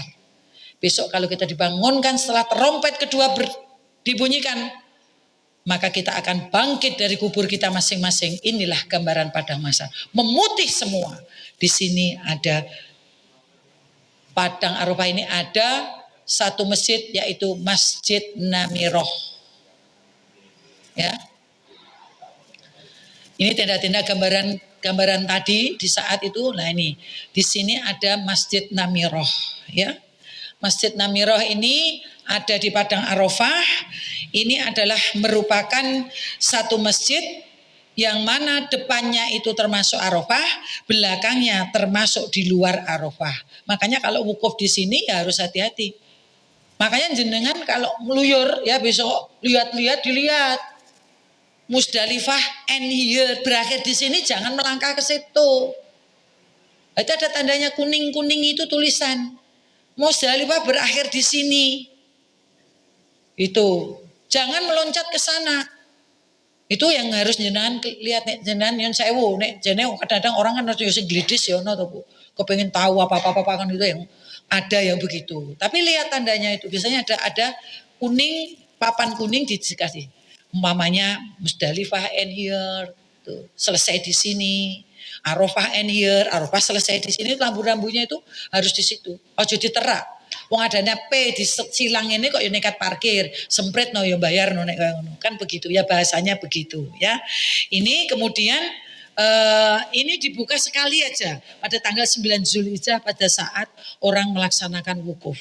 Dulu ini merupakan ini sudah pembangunan yang sudah dengan rehab-rehab ya.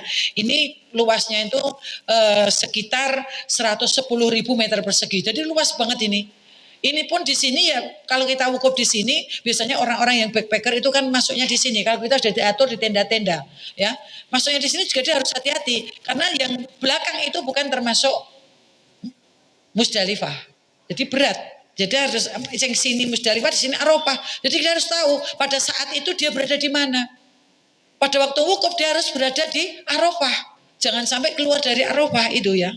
Kemudian inilah yang sangat istimewa pada saat itu Rasulullah itu pada saat itu menyampaikan khutbah wadaknya di sini. Nah ini ditengarai bahwa Di sini Rasulullah itu seolah-olah berpamitan. Rasulullah membacakan ayat di mana surat Al-Maidah, di mana di situ Rasulullah mengatakan, telah aku sempurnakan agamamu untukmu. Kemudian yang paling ujungnya itu di tengah-tengah, bukan di depan, tapi itu tengah-tengah ayat. Agama yang diridhoi dikatakan, aku telah meridhoi Islam sebagai agamamu. Itu semua para sahabat menangis pada waktu itu. Seolah-olah dia sudah terasa bahwa Rasulullah itu akan meninggalkan dirinya. Itulah yang luar biasa di sini. Ya, ini waktu itu kalau kita melihat lagi di sini, next kita akan melihat ada Jabal Rahmah. Ya, ini kalau yang Jabal Rahmah itu adalah tempat pertemuan Adam dan Hawa. Kemudian kalau ini pada waktu ini kan karena tidak pas pada waktu wukuf ya, dan sekarang ini sudah dibersihkan, jadi tidak ada onta-onta segini lagi, tidak diperbolehkan lagi. Jadi sekarang sudah bersih ya. Ini pada waktu ini kalau musim haji di sini warnanya putih karena banyak orang yang tinggal di situ. Nah di Jabal Rahmah inilah kenapa sebelumnya tarwiyah itu Rasulullah menuju tarwiyah dulu, menuju Mina dulu, yang melaksanakan haji tarwiyah kan begitu. Itu untuk persiapan, orang sana Mina disebut Muna.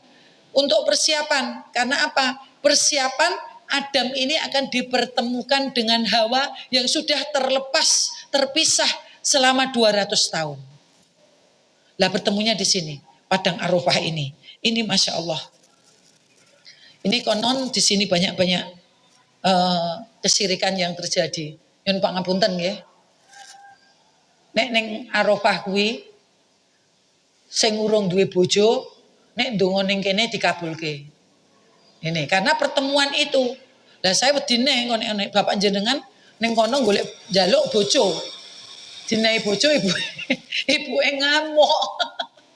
Ini itu cuma kesirikan terjadi. Kemudian di Padang sini di Jabar ini dia nulis namanya di situ. Banyak sekali orang bawa spidol itu tulis namanya di sini. Di atas bukitnya itu. Ini kesirikan yang banyak dilakukan. Jarene nek munggah Gunung Arafah itu akan dintukke bojo gitu loh. Ini jangan dipercaya bahwa ini adalah memang tempat pertemuannya Nabi Adam dan Hawa yang selanjutnya itu menurunkan kepada kita ini. Inilah kita sebagai turunan Nabi Adam dan Hawa sampai kepada kita. Yaitu hasil dari pertemuan itu. Itu cuma itu sebetulnya ya. Next sedikit lagi. Ini Musdalifah, besok penyerahannya begini gambarannya. Musdalifah itu bergelimang, tapi sekarang sudah agak baik karena banyak maktab-maktab itu yang memberikan fasilitas. Artinya di sana ada diberikan karpet, tapi karena di sana debu, maka ya biasanya ya seman maaf, biasanya kita sudah bawa persiapan dari sini adalah Oscar. Jadi debu itu nanti kalau kita Oscar itu ya itu loh, perlak lah. Kita tidur itu tidak gatal karena di sana kan debunya juga banyak. Jadi nanti ini sunan kita di Musdalifah ini karena kita mempersiapkan besok pagi akan itu apanya ya filosofinya kan begitu Musdalifah itu. Kita kumpulkan senjata karena besok kita akan melempar setan gitu. Lah orang sana ada banyak yang kesetanan malahan. Sandal-sandalnya dibualangke nang tembok itu. Ada yang begitu modelnya. Lah ini sebenarnya saya malah ngarani kesetanan. Setan itu ada di dalam ini sendiri. Lah setanku ki opo gitu loh. Kalau saya bangga dengan ilmu saya, ya kuwi setane. Karena merasa orang lain tidak mampu. Aku tok sing pinter. Gitu loh. Mamanya begitu. Itu setane. Nah, setan saya apa? Harta. Aku berbangga sekali dengan harta yang kumiliki. Ya itu yang dibuang. Pulang haji itu harusnya itu dilempar, dibuang dari diri kita supaya mabrur sepanjang hayat. Ini. Jadi besok begini. Mabit di sini hukumnya wajib toh. Kalau ditinggalkan kena dam. Ini begitu. Gelimpang bergelimpangan. Next lanjut sedikit lagi. Ini Mina. Tadi yang saya katakan. Persiapan. Muna. Orang sana menyebutkan Muna. Ya persiapan akan ditemukannya Nabi Adam dan Hawa. Kemudian ini tadi next, ini tugu penyembelian Nabi Ismail. Jadi pada waktu itu ulama makanya kembali lagi ujiannya Nabi Ibrahim itu luar biasa. Tadi wis diuji ngono bocah gede sithik kon nyembelih pripun to nek ngoten niku. Napa kuatnya dengan nggih? Berat sekali ujiannya, berat sekali. Ini tugunya ini ada ini. Bisa ndak jenengan nanti tidak mendapatkan ini? Ini ada di daerah Mina. Bisa ndak jenengan saya mendapatkan ini nanti? Ini tugunya penyembelian Nabi Ismail pada waktu itu. Ya sudah Bapak, kalau sin bahasanya gitu. Kalau memang itu perintah Allah, laksanakanlah. Sembelih ya sembelih. Insya Allah saya termasuk anak yang sabar. Segitu saja jawabannya. Itu kan luar biasa. Bagaimana kita bisa mendidik kayak gitu? Orang cah bocah anak wani karo wong tua kayak itu bisa bapak yang nggawa golok apa anak restu nggawa golok mati pancong ke bapak ya toh. Masya Allah, tapi itulah kepribadian Nabi Ibrahim yang luar biasa. Makanya pantaslah turunan beliau itu menjadi nabi-nabi itu wajar. Ya, next lihat lagi sedikit. Ini dulu Jamarot bentuknya lama begini. Jangan bisa bayangkan, akobah ini subsisi ini dua. Ini karena bukan akobah. Kalau akobah itu cuma sebibir ini, tugunya segini dilempar oleh berjuta manusia. Banyak yang mati itu wajar. Kepidak-pidak. Ya, ini. Next lihat lagi, ini dulu. Sekarang begini. Jamarotnya yang baru. Tembok 14 meter. Nek ngantek kita tidak bisa ngelempar ini, ya bangetan. Ini satu perlambang tadi. Setan yang ada dalam diri kita, itulah yang harus kita nyahkan. Bukan ini terus disawat karena sandal itu copot, sawat ke. Enggak. Ini salah ya, salah kaprah ini. Ini bentuknya begini. Ini nanti tingkatnya sampai tingkat 4. Di atas sendiri itu ada untuk turun helikopter. Yang bulat itu nanti untuk turun helikopter tamu-tamunya raja. Dan di bawahnya ada lift. Saya sudah coba ke atas sana. Masya Allah, di atasnya ada tenda saja. Tak lihat itu di atas sana, Masya Allah gitu, bisa melihat kemana-mana ya. Ini bentuknya sekarang seperti ini. Next lanjut. Ini di sini di padang di dekat pelemparan Jamarot ini ada satu masjid yang namanya Masjid Haif. Itu sudah dipakai untuk sholat lebih dari 70.000 nabi. Di sini Masjid Haif. Itu kira-kira arahnya dari pelemparan itu ke kiri. Masjid Haif ini. Alhamdulillah saya sudah sampai di sini ya. Alhamdulillah. Dan jenengan kalau mau tahu ya sini. Saya minimal paling tidak sholat sunat qobliyah untuk sholat sunnah tahiyatul masjid. Ini pada waktu itu. Dulu waktu umrah awal-awal itu sampai di sini diturunkan. Sekarang tidak, cuma diturunkan di sana itu dia tidak menceritakan ini Masjid Haif ini. Ini ya. Next lanjut. Ini cuma batas tanah haram, jadi ada seperti ini. Ojo ngumuni opo kuwi, ini cuma batas ornamen kota saja, okay? Kemudian ini batas tanah haram dan halal. Kalau penjenengan nanti gelombang 1, batasnya ini. Ini di sini, ini adalah tugu. Sana halal, sini haram, sini halal. Kemudian di sampingnya ada Masjid Tanim ini, Masjid Aisyah. Disebut ini karena apa? Karena pada waktu itu Aisyah meminta pada Rasulullah, kemudian disuruh mengantarkan ke sini untuk mengambil mikot kembali pada waktu melaksanakan ibadah haji. Ini masjidnya ini. Kalau jenengan nanti mau umroh sendiri murah, ini dari Masjidil Haram cuma 5 rial. Paling mahal 10 rial udah bolak-balik. Kita mengambil mikot dari sini, kemudian kita melaksanakan yaitu tawaf, itosalul, ikhram, tawaf, sa'i, tahallul. Itu. Berarti kita umroh nanti. Ya, kalau kuat badannya monggo silahkan. Tapi kalau tidak kuat ya wong kita jauh. Kalau orang sana ya memang ya umroh itu cukup sekali, ya cukup sekali. Lah kita mau umroh 30 juta. Ya kalau badan kita kuat ya monggo, wong tidak ada. Kalau misalkan ini tidak boleh umroh berdua kali, dua gini, ini udah ditutup lah mestinya. Supaya jamaah haji tidak umroh bolak-balik. Kan gitu nyatanya dibuka kok. Nyatanya juga dibuka. Ya, karena haji itu kan lama, waktunya kan lama. Next lanjut.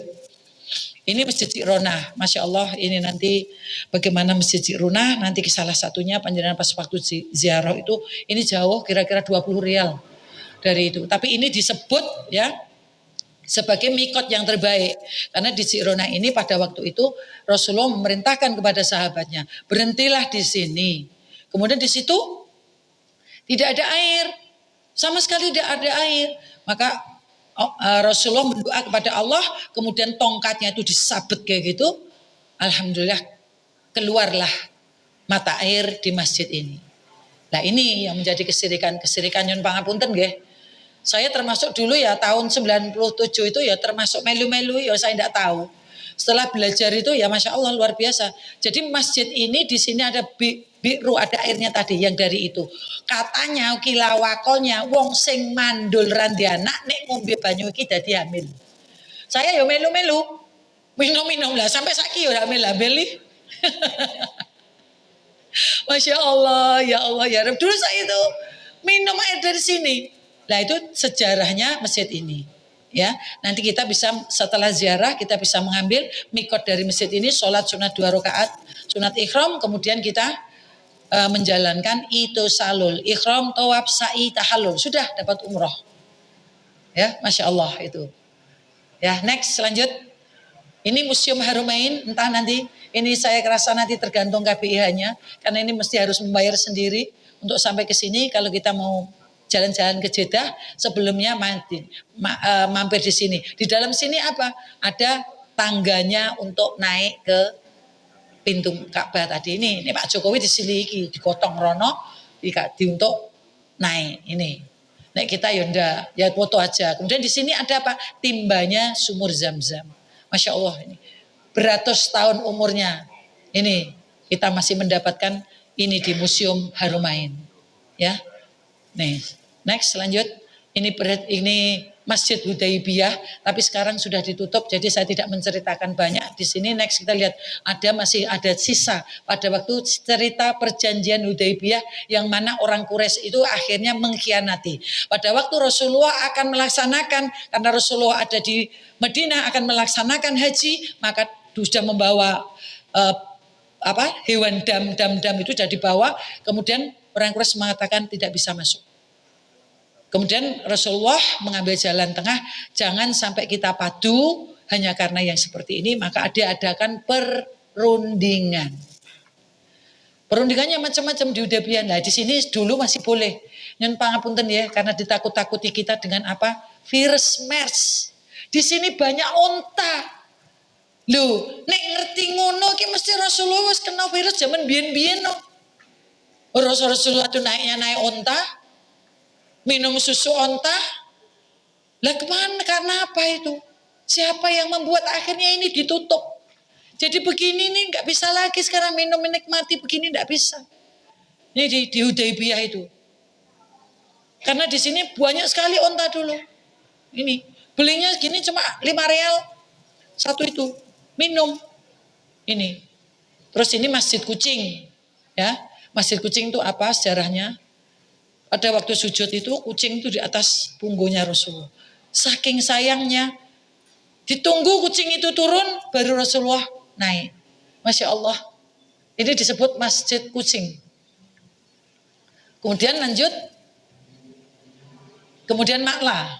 Ya dekat-dekat sini. Ma'la ini di sini ada makamnya istri tercintanya, istri yang luar biasa Siti Khadijah. Ini ada di sini.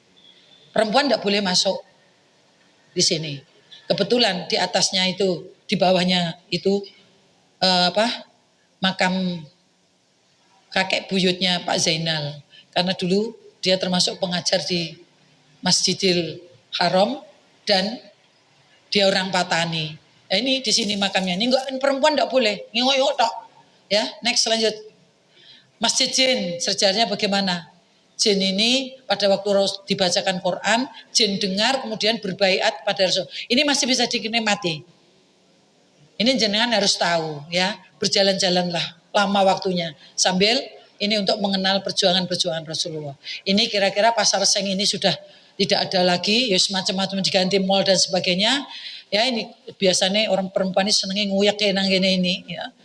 ini. Nanti tahu-tahu tidak bisa dibawa ya. Inilah gambaran dari ziarah-ziarah yang ada di sekitar kota Mekah.